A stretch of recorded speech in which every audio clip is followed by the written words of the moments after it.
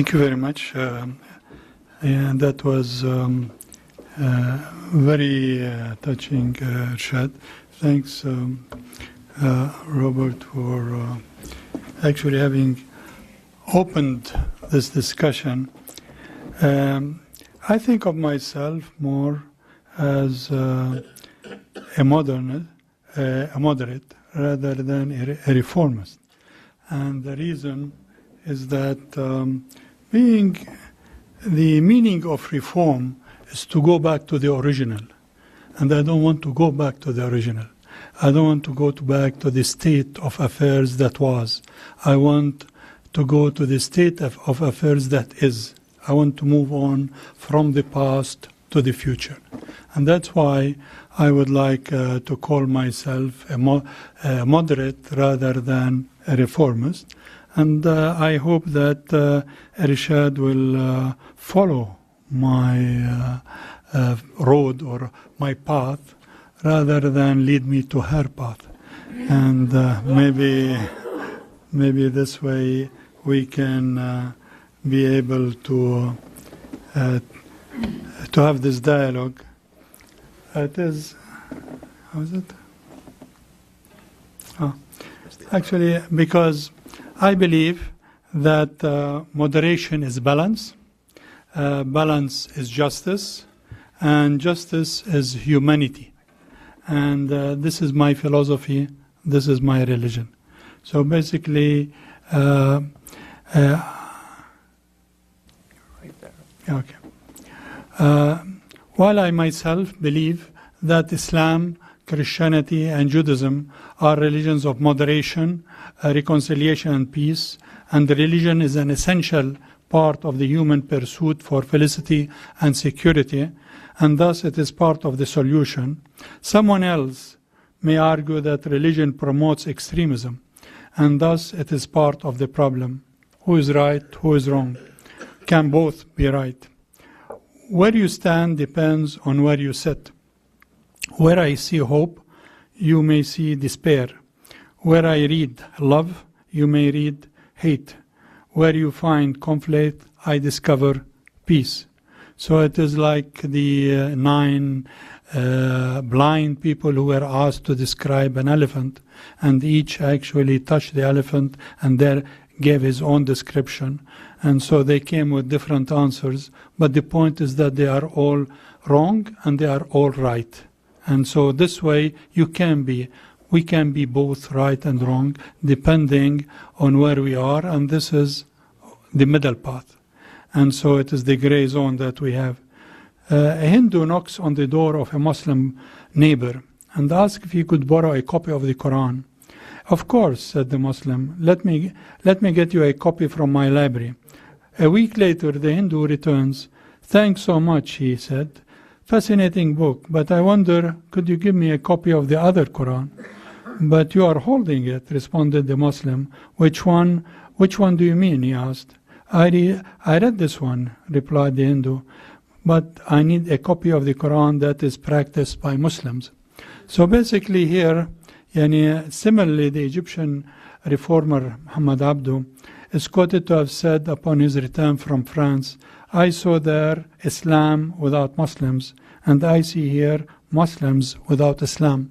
And I think that also would apply to other religions, that we can look to an extremist Jew and see in him that he is a Jew without Judaism, or an extremist Christian, and we can see him as a Christian without Judaism, and without Christianity.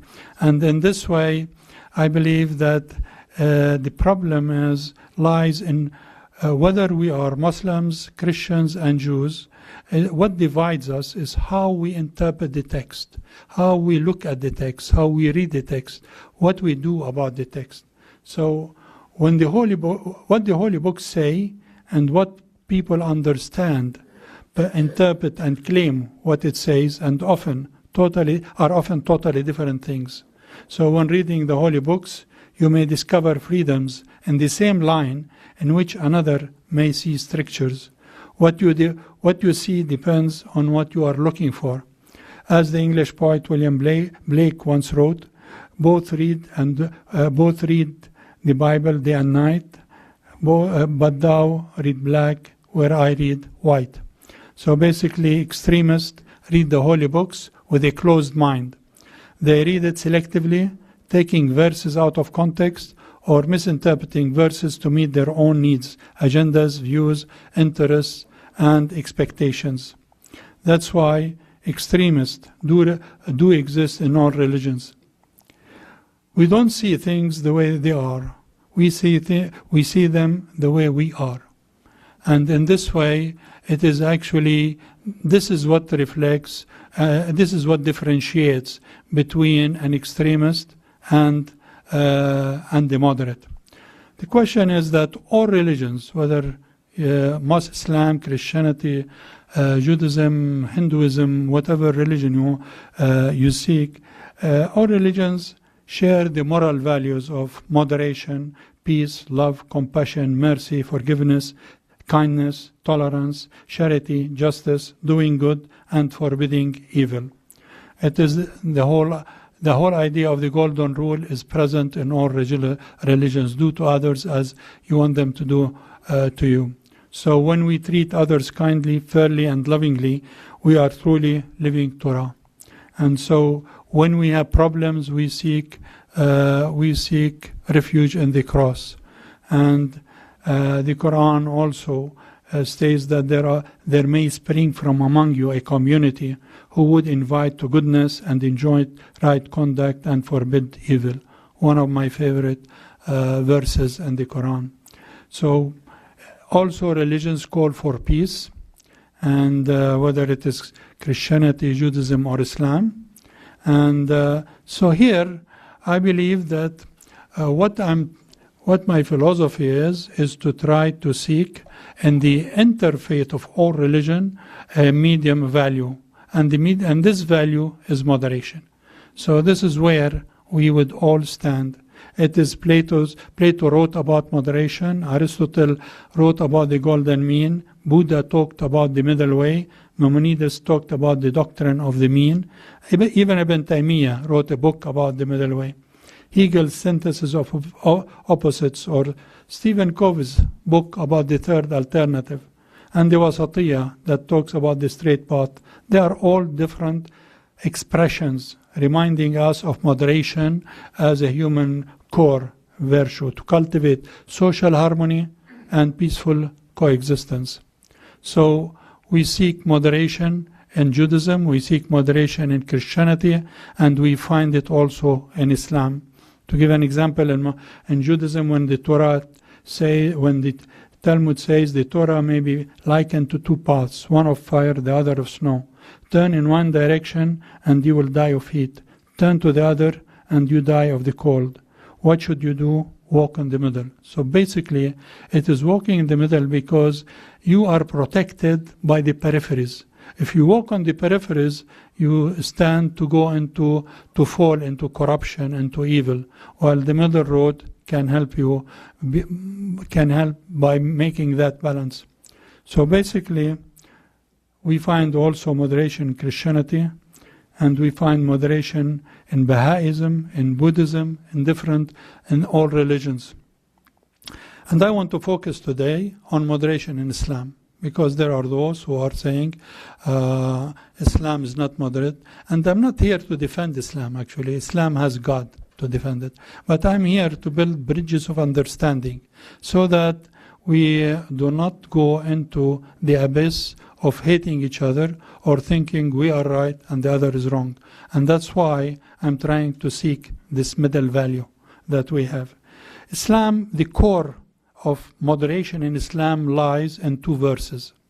One, which says, we have created you an ummatan wasata. We have created you a temperate nation, a balanced nation. And this is in Al-Baqarah Surah. And Al-Baqarah Surah is made of 286 verses.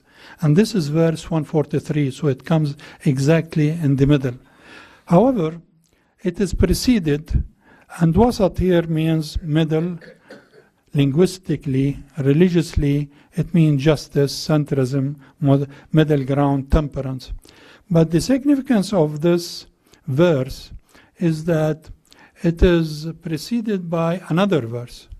And then, so there is, the foundation is built on 3 columns or 3 bricks. It is the idea that the first, it is preceded by verse 142 that says, he guides whom he wills to a straight path. So we are talking about a path, a straight path. And then, so it is a path to deliverance. And then it talks, the verse talks, and thus we created you a moderate nation, which actually builds on the golden rule. And then we walk onto that to justice. Actually, justice is the core, because when then the verse itself talks about being a witness, and to be a witness, you have to be truthful, and you have to have wisdom. You have to be honest and truthful to be able to be a witness. Maybe some are not, but this is the characteristics of a supposed witness. So here we have the road taking us to the middle path that would lead us to justice. And in justice, we find humanity. So this is the core of the golden mean within Islam in terms of moderation. So a Muslim moderate adopts an Islamic understanding of the Quran that is rational, progressive, and humanistic, which can only be gained through accepting the Quran as the only divine authority. He combines rationality, faith, and science in order to have a better comprehension of Islam. What are the characteristics of such a moderate? A moderate believes in doing what is right, because this is what the Quran says, and this is what all the other books say. So doing what is right is a really core essence of being a moderate. So the question is, what is right? And how do you know you are doing what is right? So basically the answer is found in the holy books.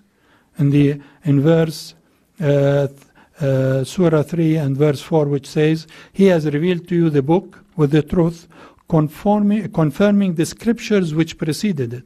For he has already revealed the Torah and the Gospel for the guidance of men and the distinction between right and wrong. So actually the holy books are the guiding light for a moderate. So basically thus a Muslim moderate believes in diversity and pluralism, because this is what the Quran says. We have made you into various nations and tribes so that you may know one another. He believes in a world which is multi-nations, multicultural, multi-religious, multi-languages, because the Quran says, had your Lord pleased, he would have united all mankind. Had your Lord pleased, he would have made you one nation.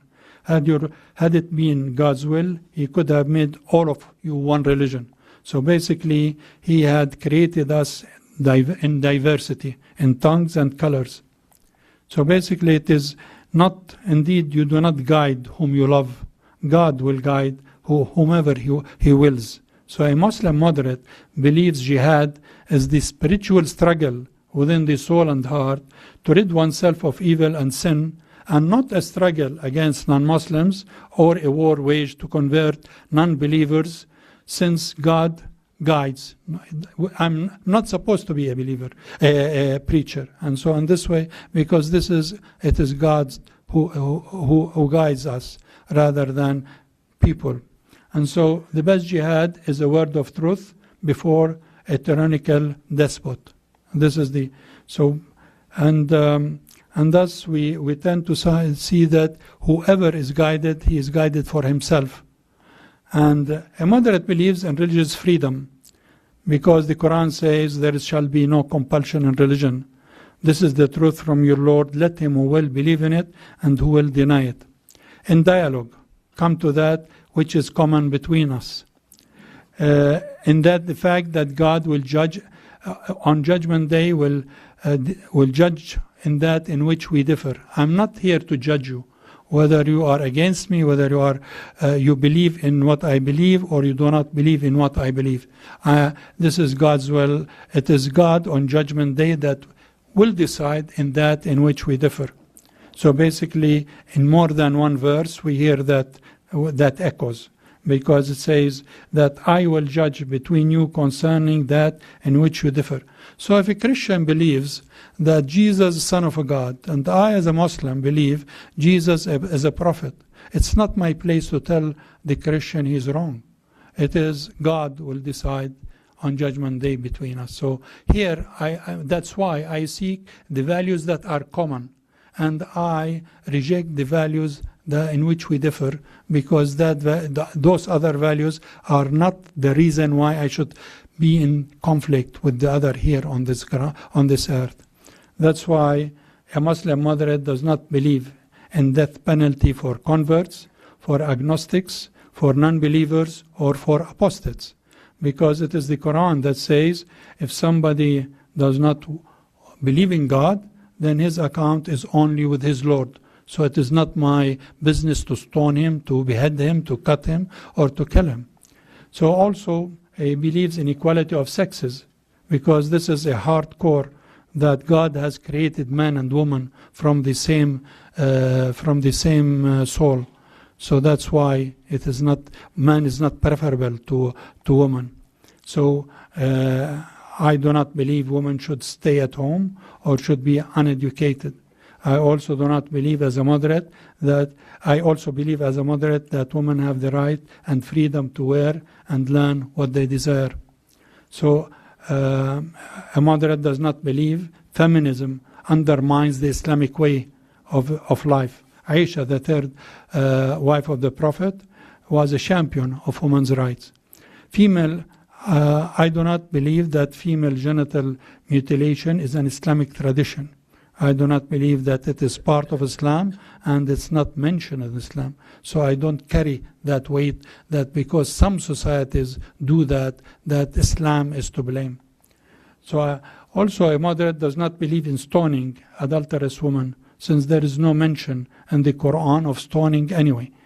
Those who commit unlawful sexual intercourse of your woman, bring against them 4 witnesses from among you. And if they testify, confine the guilty woman to the houses until death takes them or Allah ordains for them another way. So basically, I could look also at another verse that calls for flogging, but I would like to look at this one, which actually does not. Also, moderate does not believe in suicide bombing against civilian targets, since the Quran condemns committing suicide or taking the lives of innocent persons. He does not believe in punishment for lesbians or homosexuals, since sex preference is not a sin and there is no sanctioned penalty in the Quran. A Muslim moderate is neither anti-Semitic or anti-Jewish, because the Quran is full of verses which actually talks, children of Israel, remember the blessings I bestowed on you, and that I have exalted you above the nations. Or children of Israel, remember that I have bestowed favors upon you and exalted you above the nations. A moderate believes in God's messengers without discrimination between any of them, because the Quran says that God did not discriminate between any of them. A moderate does not believe all the ahadith are authentic sayings of the Prophet, and accepts only those that are in harmony and consistent with the Quran. He does not believe that the Quran abrogates early holy scriptures, and that it is the book rather than one of the books. He believes in all holy books and teaches his children the wisdom contained in them. Actually, I tend to find that a lot of what we are being taught as children as Islamic wisdom has been taken from Jewish wisdom. So basically, that's why I think that our children should be taught Christian wisdom, Jewish wisdom, Muslim wisdom, even also for the non-heavenly religions. Yani there is a lot of wisdom that we can learn from. A moderate believes in the wisdom of Gandhi, which says religions are different roads emerging to the same point. What does it matter that we take different roads so long as we reach the same goal? Moderates fight evil by not remaining bystanders. They stand up to the extremists committing terror and violence in the name of God and strive to spread the values of moderation, reconciliation, tolerance, and coexistence. An open, creative mind leads to moderation. Moderation leads to reconciliation. Reconciliation leads to peace, and peace leads to democracy, and democracy leads to stability, security, and prosperity. This is the model of moderation. So it leads us. We have to have an open mind to be able to be moderate, and in this way it leads us to security eventually. The enemy is fear. We think it is hate, but it is fear. Gandhi was right in that. It is even today. The enemy today is fear and not hate. Even a Christian now today, when he says that Muslims should not be part of this community or should not come here, it is fear that is actually telling him not hate. Extremists will not be eradicated by waging war of hate against Islam, but by having Islam and Muslim moderates as an ally to conquer fear by promoting moderation and reconciliation in midst of crisis and conflict. When moderates keep silent, extremists claim they are right. I will not be a bystander. I speak to allay fear and to break this wall of silence. I am moderate. Moderation is my philosophy, my religion. Thank you very much.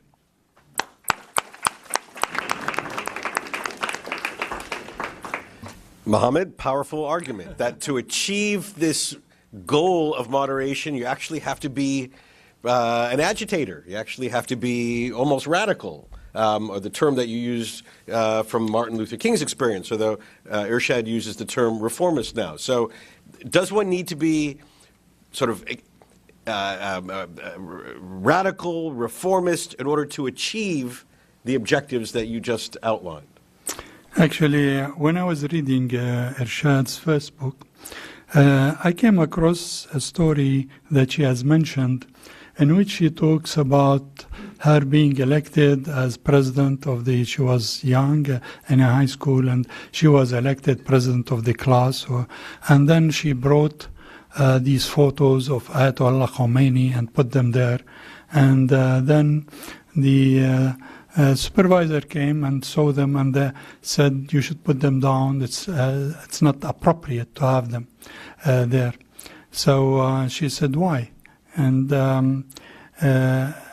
I remember that when I was also elected president of the American University in Beirut, to be president of the student council, I also brought pictures of Che Guevara, Lenin, and Ho Chi Minh, and put it in my office, and then the president came to a meeting and he saw them, got very upset and asked me to put them down, and I asked the same question, why? And but we move on from there. Now she mentions Martin Luther King, who is now my hero, along with Gandhi. I put down the pictures of Che Guevara and put up the picture of Martin Luther King and Gandhi. However, I also believe in the wisdom of this rabbi who two Jews came to him regarding a festering problem, conflict between them. And then when the first said his side of the story, he told them, you are right. And then when the second told his side of the story, he told them, you are also right. And then when they left, the wife looked at him and said, but Rabbi, how can they both be right? And to her he said, wisely, you are also right. So basically, and then actually one rabbi explained to me why she was upset, is that usually the rabbi gets money from the one who loses. So if both of them win, then there is no money there. So that's why she was somewhat upset. Anyway, the point is, I believe that what worked for South Africa might not work here might not work. We should see things as they are, and then we should learn from other experiences, but we should not copy them because they might not work. For instance, now there is a lot of talk about BDS, about boycotting Israel as what happened with South Africa, which I believe is wrong, because I think that we should boycott those who are anti-giving Palestinian human rights, or those who are pro-occupation, or those who do not believe in collaboration or in coexistence. Okay, if we want to boycott such entities, but you do not boycott the whole entity, those who are supporting the cause and those who are against the cause. So basically, what worked for South Africa will not work in our case in Israel and Palestine. That's why I'm against BDS, and I believe in dialogue. And that's why I believe in our case, dialogue is the answer. Maybe boycott was the answer in other places, but in our case, it is dialogue. In this way, I believe that balance and moderation is the answer, in the sense that I believe that in trying to reach out to the other, we need to bring the good in the other. And this is what I'm against Trump in his speeches, where he is trying, like McCarthy before him, he's trying to bring the evil in the other, in the person, in the individual. He is not trying to bring the good out of him. And in his appeal, he might bring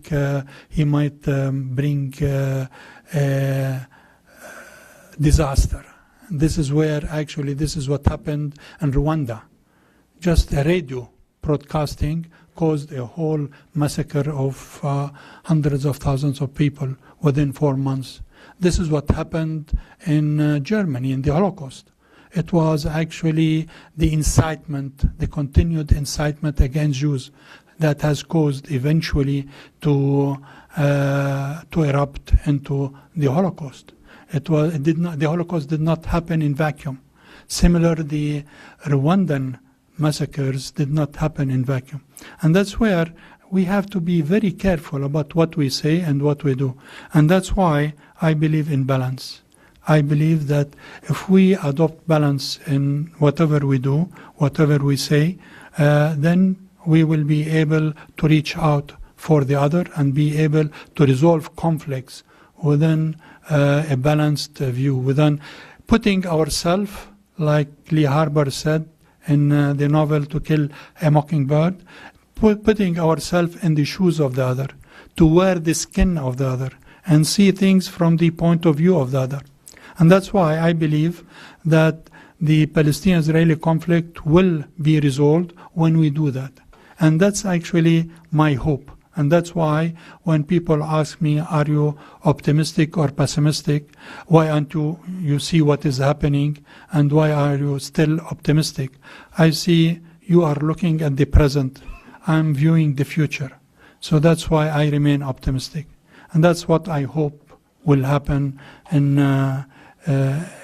dealing with these conflicts. That's why I remain moderate. Let me just comment about the interfaith dialogue. I thought that would trigger a Actually, I believe in interfaith dialogue because I've seen that there is a lot of ignorance about the other. We as Muslims do not know much about Christianity and Judaism. Christians, Jews do not know much about Islam. And I was at the Hebrew University a few years ago, in which a Jewish professor, it was a seminar about anti-Semitism. And I was the only Arab or Palestinian or Muslim in that meeting, in which he was arguing, the professor before me was arguing that the Quran is anti-Semitic. And he was bringing verses saying that the Quran describes Muslims, it describes Jews as pigs and apes. And so I was shocked, because I did not think that the Quran does that. I have not by that time read the Quran, so I was wondering, does my religion do that? And so when I went when it was my turn, I actually challenged him, saying that I do not believe the Quran does that. And so he got upset, left the room, and I thought he left.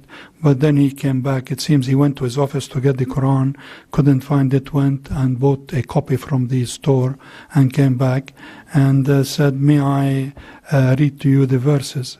And he read 2 verses in which said that the Quran,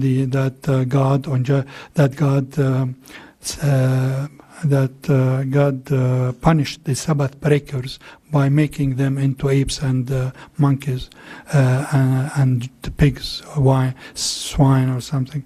And so I said, but this is not about Jews. This is about God punishing Sabbath breakers.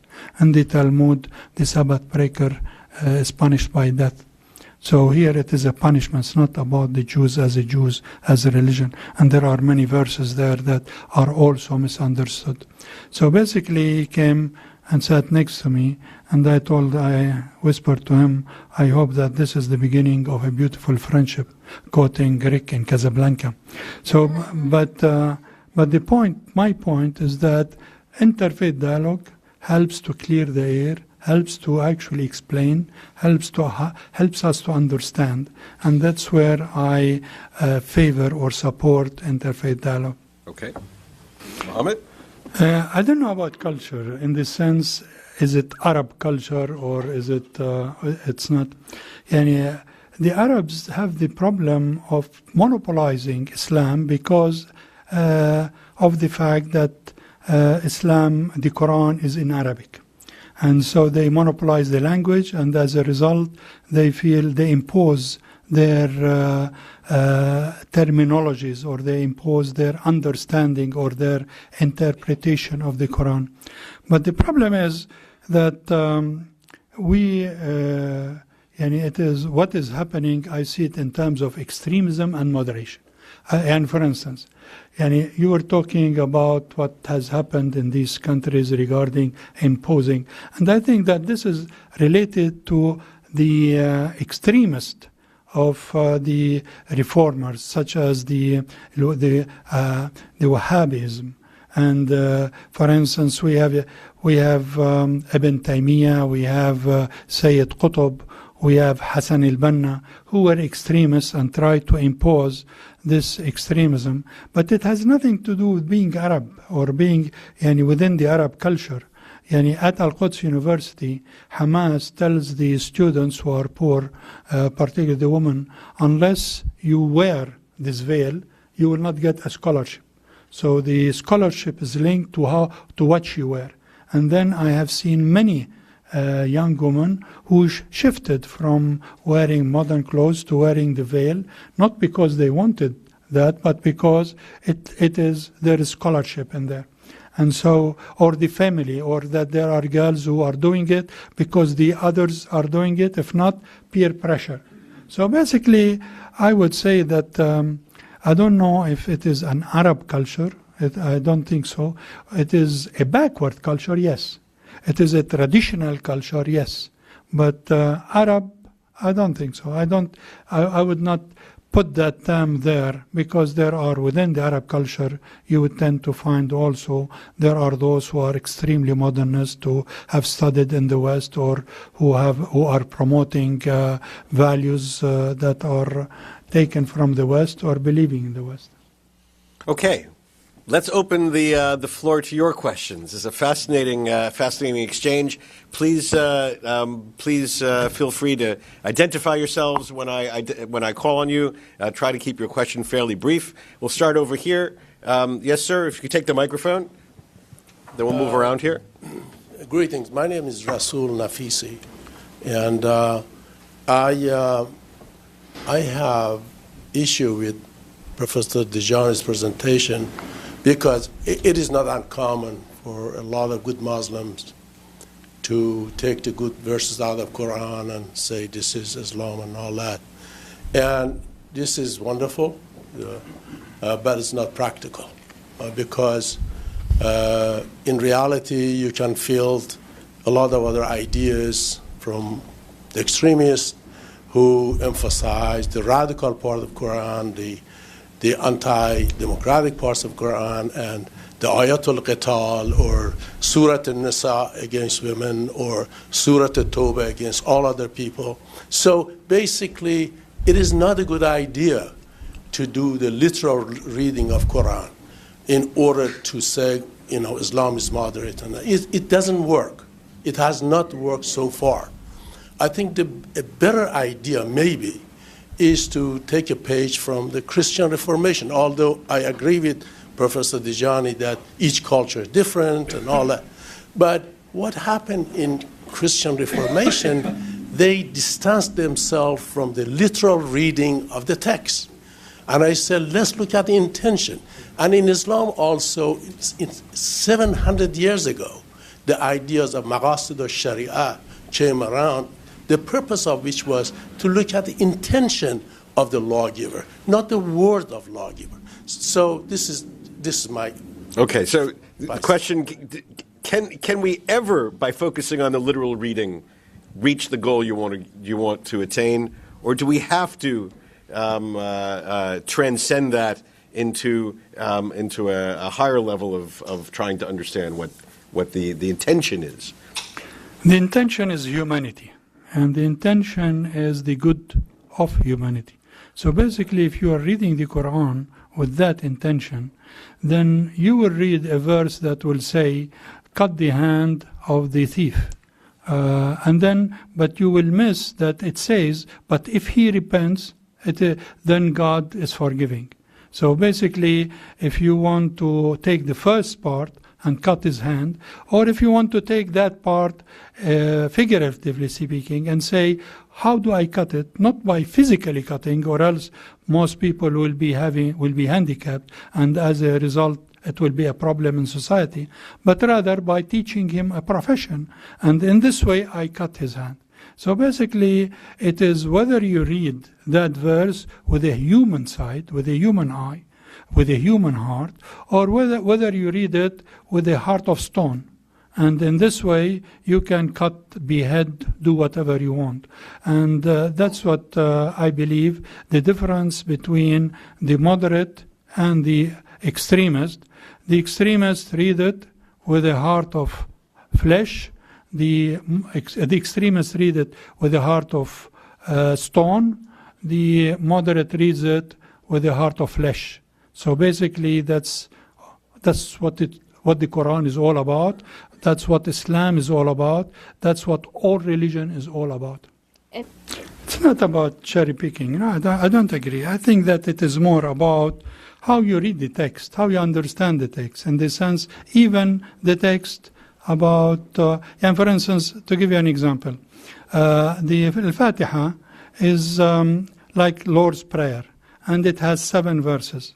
And then the last verses say, guide us to the right path, not the path of those whom you have blessed, not those with whom you are angry, or those who are lost.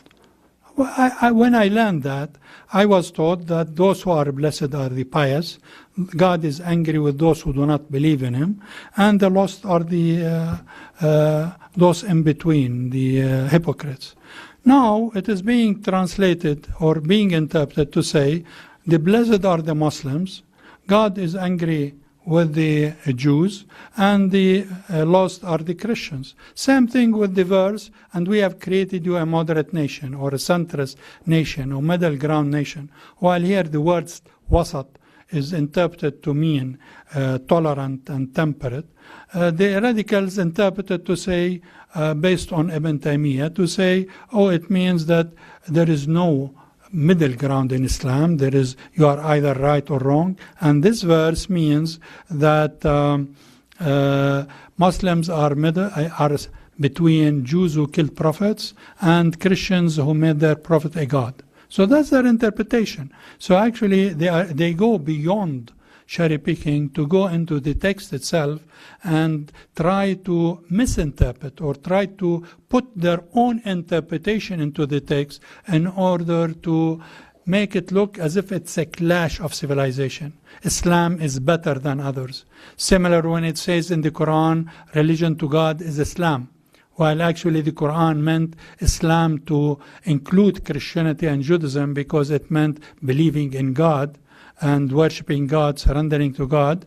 The radicals would say, no, it means the faith, that religion to God, Islam, then Islam means that we have to erase all other religions, or all other religions have to convert into Islam to become Muslims. So they are playing with the text much more than just. I agree that there is some cherry picking, but also the more dangerous is the interpretation.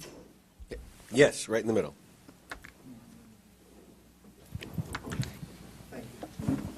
Greg Rose, formerly at the Defense Department. In my work at the Defense Department, I had some tangential involvement in strategic information programs that the United States government, military, and State Department were undertaking on the whole issue of battle of ideas, so to speak, in the Arab world. And my question to you, and there was a lot of debate about it and a lot of controversy back and forth on various parts of it. Most of the audience that you have here is not Muslim. And when I hear about interpretation of the Quran not being Muslim, it's interesting. But I could see an argument for and against people like me and governments that are not Muslim, so to speak, not involving themselves in this discussion. It has to come from the Muslim world. A very good friend of mine was Archbishop in the Episcopalian Church in Cairo. And I asked him this at a dinner a week ago, and he said, no, this has to be Muslims talking about this. So my question for you is that. What role, if any, can and should the non-Muslim world play in the debate that you are both deeply involved in? And I mean not only in terms of non-Muslims in general, I mean government, I mean think tanks like the Washington Institute, other think tanks, and so on. What role should non-Muslims play in the debate that you both are frankly risking your lives in what you're doing? Okay, thank you. Mohammed, what role do non-Muslims play in? Actually, I see three entities there in your question. First, there is the government. Second, there is civil society. And third, there is the think tanks in that way. For instance, I believe that it is the role of governments really to put a lid on extremism. Whenever there is an Islamophobia, anti-Semitism, whatever type of, then the government should actually not allow this because it poisons the environment. Then there are the think tanks whose role is to be a forum for such a dialogue in order to build bridges between civilizations and religions and communities. And then there is the civil society, which should actually, within the community, try to be open to various religions. That's why we are starting in Germany a house that called the Holderlin Nawasatiya House, in the sense that to open it for Christians, Muslims, Jews, whatever, to do activities there. There is, I read also in Berlin, there is a mosque, church, synagogue being built in one, where people can go there and pray. And that's, I believe, is very important in order to build bridges between the communities, to help them live together, understand. This is what America is all about, this multiculturalism, multipluralism. And in this way, I think what we need is not to look at Islam as the enemy, but rather as extremists within Islam. And so there has happened so many incidents before what happened in San Bernardino, but it was not committed by Muslims, by Christian walking into a church and killing. And then, oh, it's a Christian, then it is a murder. While the first time it happened when a Muslim does it, then it is Islam and it is the religion. And so rather than it's an extremist like any other extremist who have done similar things before. And so people are being, instead of looking at the problem about 50,000 or 100,000 as the enemy, who are the extremists within Islam, they want to portray Islam, which has 1.6 billion, as the enemy. And instead of taking Islam as an ally in order to fight this war of extremism, this war of terrorism, and so this war of enmity and hatred. They want to make Islam as part of that. And so that pleases people like ISIS very much, because they claim they represent Islam when they don't.